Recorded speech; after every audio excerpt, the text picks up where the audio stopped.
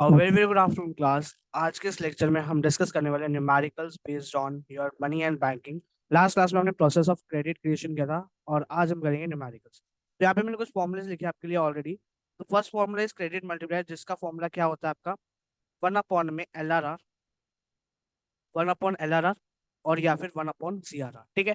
फिर है total deposit का फॉर्मूला, जिसको आप कहते हो credit multiplier into initial deposit. इस क्रेडिट मल्टीप्लायर की जगह आप 1 अपॉन LRR या 1 अपॉन CRR भी लिख सकते हैं। ठीक है ना। तो ये आपके जो दो फॉर्मूले ये आपके बैंकिंग वाले चैप्टर से हैं। और ये जो M1 M2 M3 M4 है ये आपके कौन से चैप्टर से, ये आपके मनी वाले चैप्टर से है। ये आपको याद होना चाहिए। हमने किस में करते हैं, सप्लाई ऑफ मनी में किया था। अगर आपने वो वीडियो नहीं देखी तो पहले जाके वो देखिएगा। ठीक है।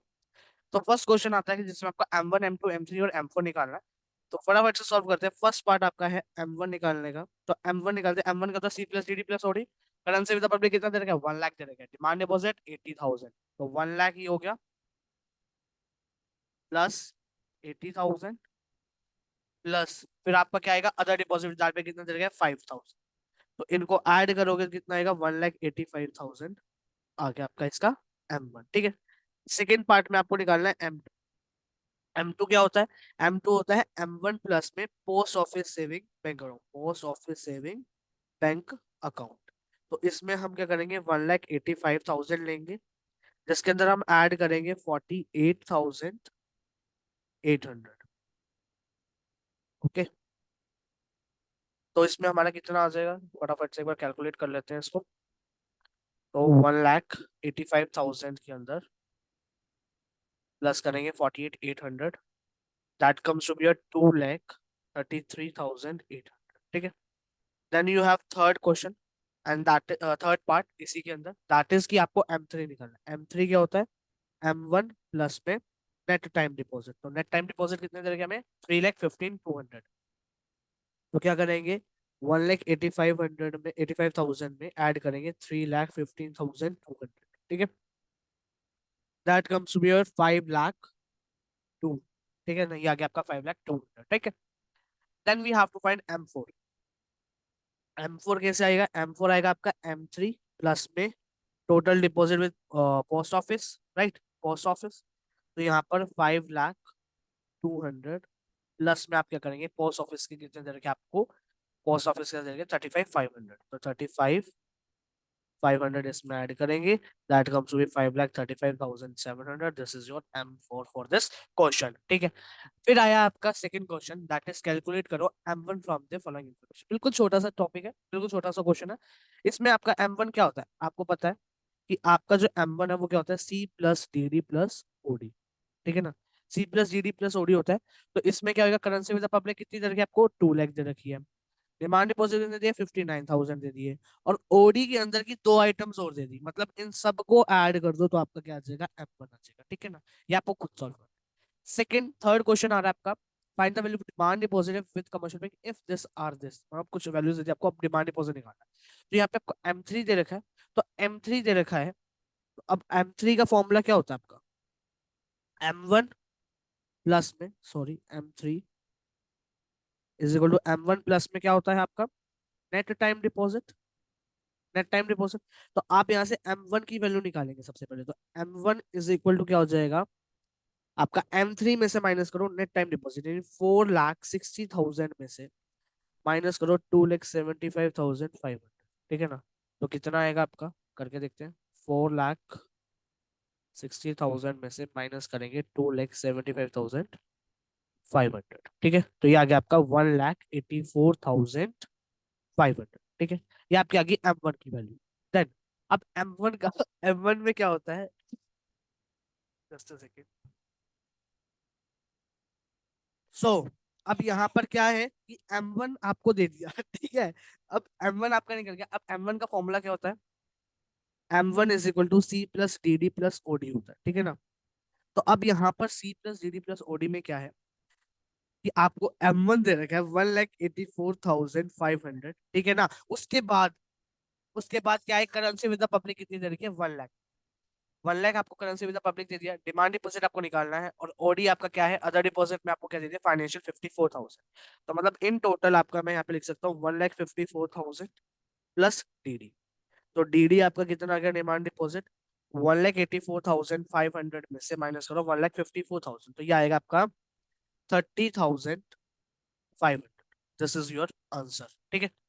नेक्स्ट क्वेश्चन में आपको फॉरेन सेंट्रल बैंक निकालना है, ऐसे निकालना है जैसे डिमांड डिपॉजिट निकाला है, वैसे हमने क्या करना है अब फॉरेन सेंट्रल बैंक निकालना। फॉरेन सेंट्रल बैंक इसमें अदर डिपॉजिट में आता है, तो आप M4 आपको दे रखा है, M4 से आपको क्या निकालना पड़ेगा, पहले M3 निकालना पड़ेगा, क्योंकि हमें M4 में पता है M3 आता है, तो M4 से क्या निकालोगे, सबसे पहले M3 निकालोगे, फिर उसके बाद M3 से आपको क्या निकालना पड़ेगा, M1 निकालना पड़ेगा, और फिर M1 के अंदर आपको अदर डिपॉजिट के अंदर जो है आपका फॉरेन सेंट्रल बैंक जो है वो गिवन होता है। तीन चीज आते हैं ना अदर डिपॉजिट में आरबीआई के अंदर, तो उसमें से सेकंड चीज ये है, तो आपको इन सब की वैल्यूज को पुट करना है और आपका फॉरेन सेंट्रल बैंक डिपॉजिट्स आ जाएंगे, ठीक है ना। ये आपको खुद सॉल्व करना है।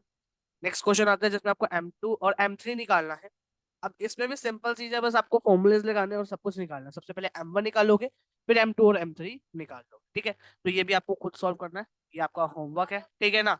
देन सिक्स क्वेश्चन में आता है आपका कि नेट टाइम डिपॉजिट निकालो। ये वही क्वेश्चन रिपीट हो गया कि जैसे हमने डिमांड डिपॉजिट निकाला, वैसे आपको नेट टाइम डिपॉजिट निकालना है। नेट टाइम डिपॉजिट किस में आते हैं हमारे, नेट टाइम डिपॉजिट आता है हमारा M3 के अंदर। तो सबसे पहले आपको M1 M4 दे रखा है, तो M4 से M3 निकाल लोगे और M3 में निकाल लोगे, और अब यहाँ पे देख सकते हो कि आपको M1 ऑलरेडी गिवन है, तो आप M3 के अंदर डायरेक्टली M1 की वैल्यू पुट कर सकते हो। तो आपका ये डिमांड डिपॉजिट का कोई काम नहीं है, फॉरेन सेंट्रल बैंक का कोई काम नहीं है, ऐसे कोई काम नहीं है, ठीक है। बस सीधा आपको नेट टाइम डिपॉजिट की वैल्यू जो है वो निकाल के देनी है, ठीक है। देन ये भी क्वेश्चन आपको बहुत तीन ही चीजें हैं जिसमें आपको M3 M4 निकालना है। तीन चीजें आपको दे दिया, M1 दे दिया। अब M1 में क्या होता है कि नेट टाइम डिपॉजिट मतलब 5,05,000 में ऐड करोगे क्या, नेट टाइम डिपॉजिट 2,24,900, तो क्या आ जाएगा, M3 की वैल्यू आ जाएगी। और फिर सेम M3 की वैल्यू जैसे आएगी आपकी, M3 के अंदर आप क्या करोगे, टोटल डिपॉजिट्स को ऐड करोगे, तो आपका क्या आ जाएगा, M4 आ जाएगा। तो this was your simple sorted question, ठीक है। अब ये तो थे मनी के चैप्टर से रिलेटेड। बैंकिंग के चैप्टर से रिलेटेड मैंने कुछ ही क्वेश्चंस लिए हैं जो कि आपके इंपॉर्टेंट है, ठीक है ना। अगर यहाँ पर टोटल डिपॉजिट क्रिएट किया गया बैंक के थ्रू 10 करोड़, ठीक है, और लीगल रिजर्व रेशियो कितनी है, रिक्वायरमेंट कितनी है, 40% है, तो अमाउंट ऑफ इनिशियल डिपॉजिट कितना। टोटल डिपॉजिट का फॉर्मूला क्या बताया था मैंने, total deposit is equal to में 1 अपॉन में LRR या 1 अपॉन CRR इंटू में इनिशियल डिपॉजिट, ये था। तो कह रहे टोटल डिपॉजिट है 10,000, तो 10,000 यहाँ पे लिखेंगे, इज इक्वल टू में 1 अपॉन में 40%, यानी 100/40 लिख सकता हूँ, इंटू में इनिशियल डिपॉजिट। क्रिस क्रॉस किया तो मेरा क्या आया, initial deposit is equal to में 4 लाख डिवाइडेड बाय 100, 2 0 से 2 0 गई, तो 4,000 मेरा क्या गया, इसका आंसर आ गया। यानी कि जो सी ऑप्शन, डी ऑप्शन ले लेना, सी ऑप्शन को 3,000 कर देना, यहाँ पे 4,000 लिखूंगा, दोनों में सेम है, तो कोई भी ऑप्शन देख लेना, 4,000 का जो आपको सही लगे वो कर लेना, ठीक है। आंसर आपका क्या है, 4,000। फिर आपका आया value of money multiplier. Okay, तो व्हाट इज द,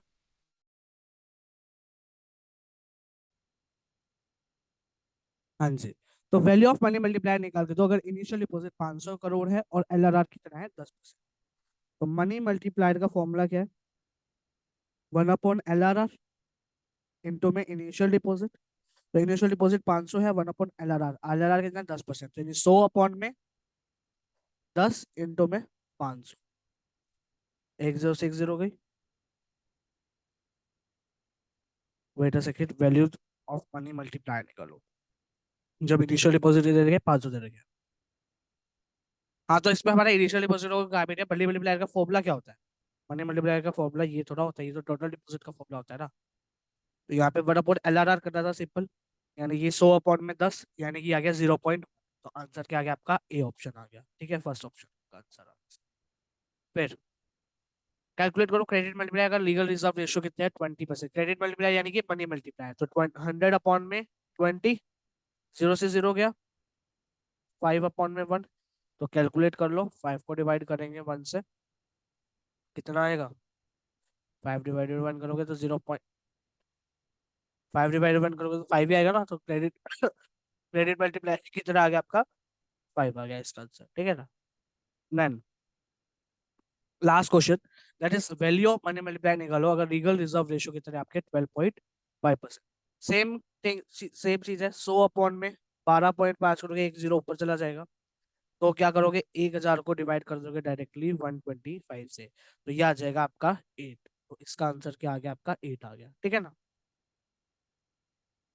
फिर कहता है कि रिजर्व रेशो, लीगल अगर आपके रिजर्व रेशो 20% और प्राइमरी डिपॉजिट 100 है, what is value of deposit multiplier and total landing by the banking system. अगर रिजर्व रेशियो आपके 20% है, प्राइमरी डिपॉजिट हुआ है, डिपॉजिट मल्टीप्लायर यानी कि मनी मल्टीप्लायर की वैल्यू निकालो। तो सबसे पहले मनी मल्टीप्लायर की वैल्यू निकालेंगे 100 अपॉन में 20 करके, तो कितना आएगा 5 आ गया यहाँ से।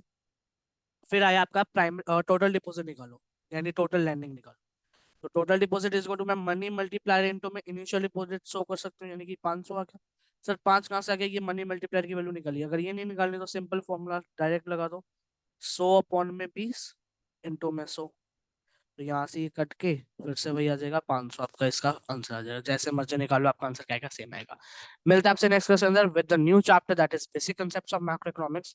तब तक के लिए bye, thanks for watching this video everybody.